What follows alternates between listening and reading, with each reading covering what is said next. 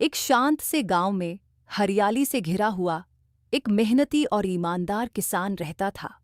उसका जीवन बहुत सादा था, लेकिन उसके सपने बहुत बड़े थे। वो रोज सुबह सूरज उगने से पहले उठ जाता, ठंडी हवा महसूस करता और अपने खेत की तरफ चल पड़ता। मिट्टी की खुशबू, पक्षियों की मधुर आवाज और उसकी मेहनत, यह सब उसकी जिंदगी का हिस्सा थे। वो बीज बोता, पानी देता, घास साफ करता और पूरे मन से दुआ करता। वो कहता था, मेहनत कभी व्यर्थ नहीं जाती और भगवान हमेशा मेहनत का मीठा फल देते हैं। कुछ महीनों बाद उसके खेत में जादू सा हो गया। अंगूर की बैलों पर मोती जैसे चमकते हुए अंगूर लटक रहे थे और जमीन पर बड़े बड़े गोल और हरे भरे तरबूज चमक रहे थे। खेत देखकर किसी का भी मन खुश हो जाए।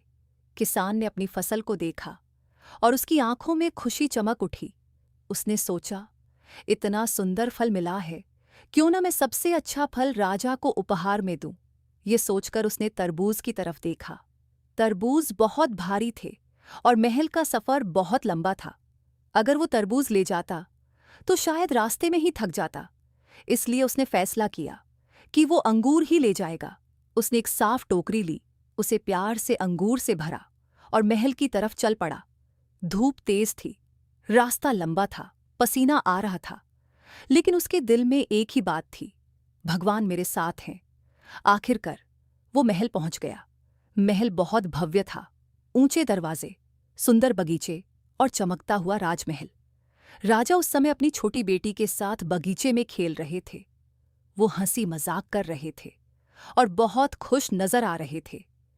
जब राजा की नजर किसान पर पड़ी तो उन्होंने उससे बुलाया। सिपाही ने कहा, महाराज, ये गांव का किसान है और आपके लिए उपहार लाया है।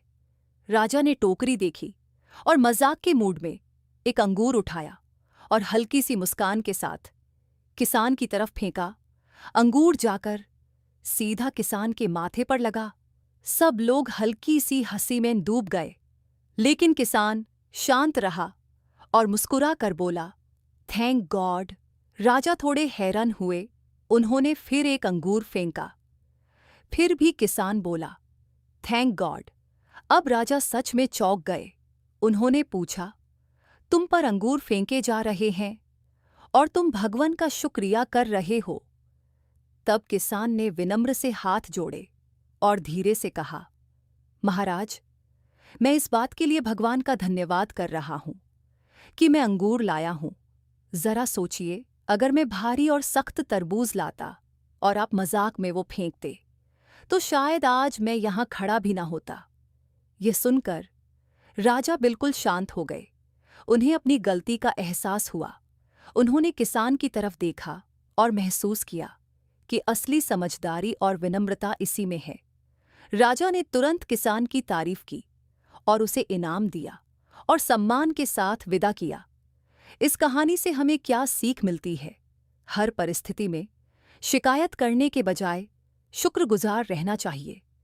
कभी-कभी जो हमें छोटा सा लगता है, वह हमारे लिए एक बड़ा बचाव हो सकता है।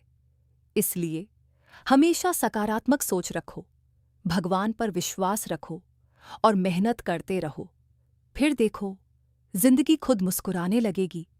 अगर आपको ये कहानी पसंद आई हो तो इसे अपने दोस्तों के साथ जरूर शेयर करें। फिर मिलेंगे एक और प्यारी सी कहानी के साथ।